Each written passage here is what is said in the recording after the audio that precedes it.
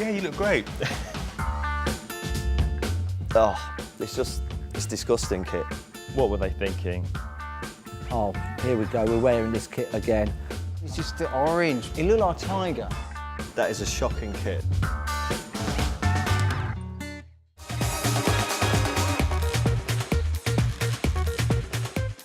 I quite like the Barcelona kit. It was a little bit different, but it wasn't too wacky, a nice sun-kissed feel. I thought it worked quite well. There's some orange socks gone in on a yellow wash there.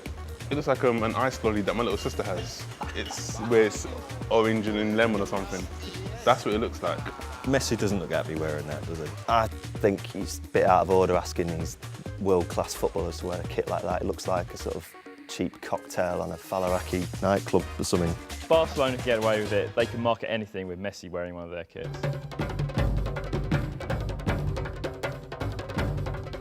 You know what I think when I see that? I think, ah, Simba, I wanna see him. So I think, And they actually showed paws into the hands on the sleeves. You can imagine some sort of middle-aged barmaid wearing it in a high street Weatherspoons or something, or maybe Dean Windass wears them as pyjamas now, I think. That says 70s lounge lizard sofa. That's quality, that is. Never seen one like it before, and you'll never see one like it again. Doing his best Jack Nicholson impression whilst wearing it. Made by Pony, looks pony. Yeah. Horrific. That is half onesie, half play suit. Wrong. It looked like he'd been involved in an explosion in the paint department at home base. But it's not really what a football kit is all about. It's a shocker, really, isn't it?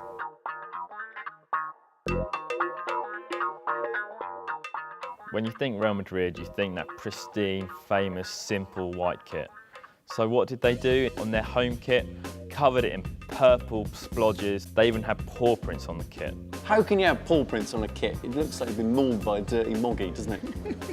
I don't know if it was an urban Madrid fox or if it was a pigeon or what, but it had all these footprints all over it. giving a kid a plain white shirt, said, you know what, go crazy. Yeah. And that's what they've done. That ripping the heart out of one of the oldest clubs in the world, it's tragic.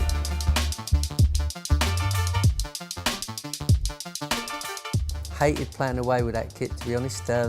Horrible kit. Couldn't quite work it out why they produced that. It was awful, wasn't it? That Chelsea kit, I quite like that. You can imagine some hackney hipsters wearing that out raving, can you? You quite like that? Yeah, it's got the dull grey and the vibrant orange.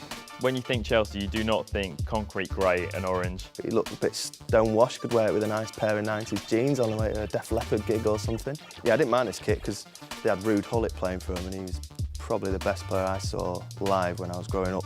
Gullit was Dutch, innit? Yeah. Maybe that's why they went for orange. That is an allegory for the team that they had. The orange represented the foreigners, and the grey stuff for people like David Speedy and Pat Nevin.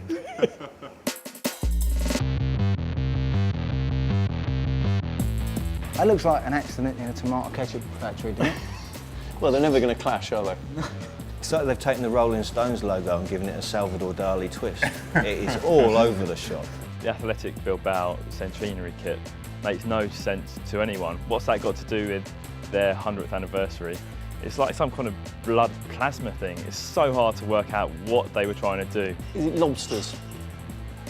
It could be a mercury spillage. It's revolting. It looks like a swab of something like CSI. Not my cup of tea. I find this one quite depressing. It's the 95-96 season. Man United are playing at the Dell. They're 3-0 down at half-time. Then all of a sudden they come out wearing a different kit. Well, the Man United grey kit was brilliant because it wound Fergie up. Yeah. So it's got to be done. It must have been designed by a Man City fan, surely. Ah, I love this kit. It was United's best ever football kit. And the reason why they changed the kit at half-time was because they couldn't see each other. Good excuse. I've never heard that one before. Probably had a bad day. All got superstitious and decided, let's get rid of the kit. They couldn't see each other. They were invisible. It was one of those new invisible kits. It's probably because they were 3-0 down playing awful. Yeah, I thought it was one of the best kits. Should bring it back for next year.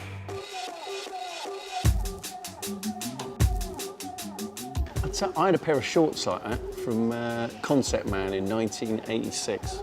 I only worn one. Got laughed at school. It's like a The byproduct of that dentist chair all the players were famous of at the time, it looked like the after effects of too much drinking. That looks like it's been made by Haribo. Or just coloured in by a kid. You know, just colour anything, any colour. Just missing out the lines. This is my favourite of all of them. It just looks like a patchwork quilt, doesn't it? All put together of odd bits of goalie tops from the years gone by. It wasn't the worst thing on the pitch. It was probably not quite as bad as the Tash Seaman was wearing at the time, or you know, Gascoigne's hair. It's a great tournament, but in terms of kits, it was shocking, innit?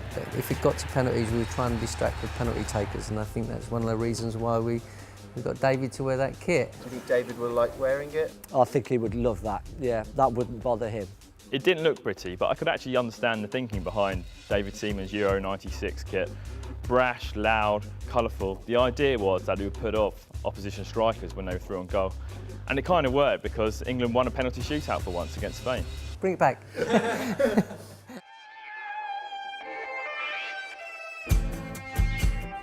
Arsenal away kit, that looks like a tiger with jaundice.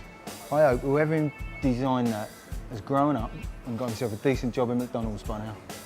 It was disgusting. It was like a giant bee had thrown up. I think you're always used to Arsenal being in red and not a yellow kit, yellow with black stripes or whatever it was. He just went a bit too far and they ended up looking like a teenager's bedroom or something, all these funky angles all over the place. Yeah, it wasn't the best kit in the world, let's put it that way. Okay, I'm thinking yellow, bit of blue all over.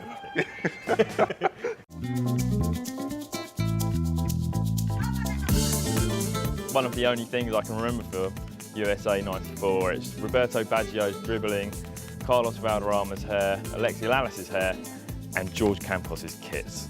If he had to wear that now, they'd be putting a warning up before the match. That looks like something that my family would wear to Notting Hill Carnival. That's what it looks like. This was one of the worst, probably the all-time worst kit. I like his multicoloured stripy one where he looks like a bag of highlighter pens. I think he's trying to be fashionable where he's doing the oversized, bright coloured thing. He's trying to be like the Fresh Prince of Bel-Air. In West Acapulco, born and raised on the football pitch where I spent most of my days, I got in one little game and my mum got scared, so just knitting me one like the Fresh Prince of Bel-Air. He made them himself. He designed his own kit. It's like the rest of the team have just gone, oh, Jorge, please. Yeah, you look great. Colourful, brash, way too big. Yeah, he ended up looking like a glow stick from some nightclub or something. Have you seen yourself, Campos?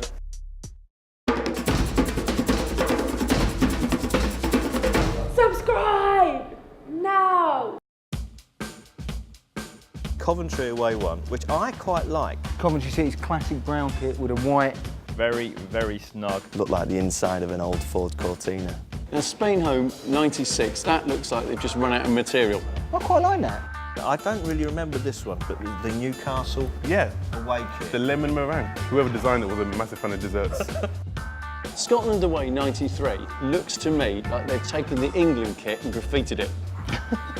I reckon an Englishman designed that. That's a United. I don't need to touch that. Get off.